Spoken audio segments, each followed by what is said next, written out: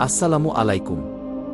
মায়া আলোর দিগন্ত চ্যানেলে আপনাদের সবাইকে জানাই স্বাগতম।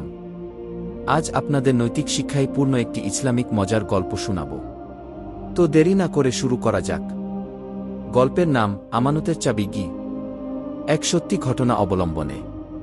অধ্যায় ১। চুপচাপ এক মক্কার সকাল। মক্কার আকাশে তখনও সূর্য পুরোপুরি ওঠেনি। পবিত্র কাবা শরীফের চারপাশে এখনও নিস্তব্ধতা। কিন্তু হযরত মুহাম্মদ সাল্লাল্লাহু আলাইহি ওয়াসাল্লাম ঘুম থেকে উঠেছেন অনেক আগেই। তিনি ফজরের নামাজ শেষ করে কাবা শরীফের দিকে যাচ্ছেন। তার হাতে একটি ছোট কাপড়ে মোড়া কিছু জিনিস। তার চোখে ছিল শান্তি, মুখে ছিল আত্মবিশ্বাস। তিনি জানতেন আজ একটি বড় দায়িত্ব তার কাঁধে। অধ্যায় ২। কাবার চাবিওয়ালা কে। হিজরত এবং বহু যুদ্ধের পর মুসলমানরা অবশেষে বিজয়ী হয়ে মক্কা বিজয় করেন। কাফেররা হেরে যায়। কিন্তু নবী করিম সাল্লাল্লাহু আলাইহি ওয়াসাল্লাম তাদের কাউকে হত্যা করেননি, বরং বলেছিলেন, তোমরা সবাই মুক্ত, যাও। তখন কাবা শরীফের চাবি ছিল উসমান ইবনে তালহা নামের একজন কুরাইশ বংশীয় লোকের কাছে। সে আগে মুসলমানদের প্রতি অনেক কঠোর ছিল, এমনকি নবীজি সাল্লাল্লাহু আলাইহি ওয়াসাল্লাম কাবা শরীফে নামাজ পড়তে চাইলে সে বাধাও দিত। কিন্তু নবীজি সাল্লাল্লাহু আলাইহি ওয়াসাল্লাম কাবা শরীফে প্রবেশ করতে চান। তিনি বললেন, উসমানকে ডেকে আনো এবং চাবি নিয়ে এসো। লোকজন ছুটে গেল। কিছু সাহাবী বললেন, ইয়া রাসূলুল্লাহ, কাবার চাবি তো এখন আপনার। আপনি চাইলে এটা আমাদের যে কাউকে দিতে পারেন কি। একজন সাহাবী তো অনুরোধও করলেন, আমার পরিবার এই দায়িত্ব নিতে পারে, আমাদের সম্মান হবে কি। অধ্যায় ৩। একটি সিদ্ধান্ত যা ইতিহাস গড়ে দিল। কিন্তু নবীজি সাল্লাল্লাহু আলাইহি ওয়াসাল্লাম সবার অনুরোধ শুনে চুপচাপ থাকলেন। এরপর যখন উসমান ইবনে তালহা চাবি নিয়ে এল, নবীজি সাল্লাল্লাহু আলাইহি ওয়াসাল্লাম চাবি হাতে নিয়ে কাবার দরজা খুললেন। তিনি ভিতরে প্রবেশ করলেন, নামাজ আদায় করলেন। কাবার ভেতরের মূর্তিগুলো সরিয়ে ফেলা হল। কেবল আল্লাহর নাম উচ্চারিত হল সেখানে।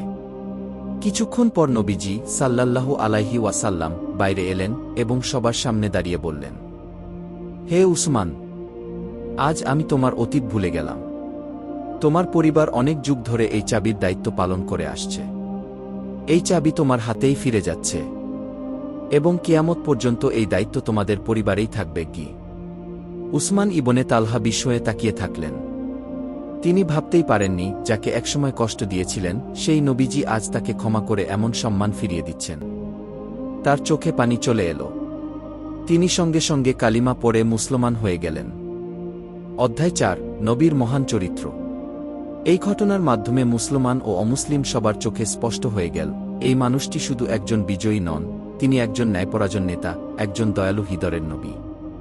তিনি শিক্ষা দিলেন, ক্ষমা কাকে বলে, দায়িত্ব ও আমানতের মর্যাদা কি, প্রতিশোধ নয়, উদারতাই শ্রেষ্ঠতা।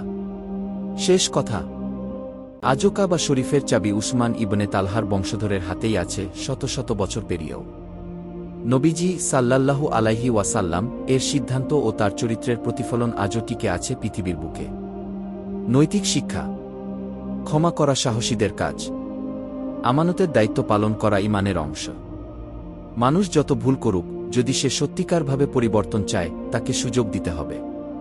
নেতৃত্ব মানে প্রতিশোধ নয়, ন্যায়বিচার।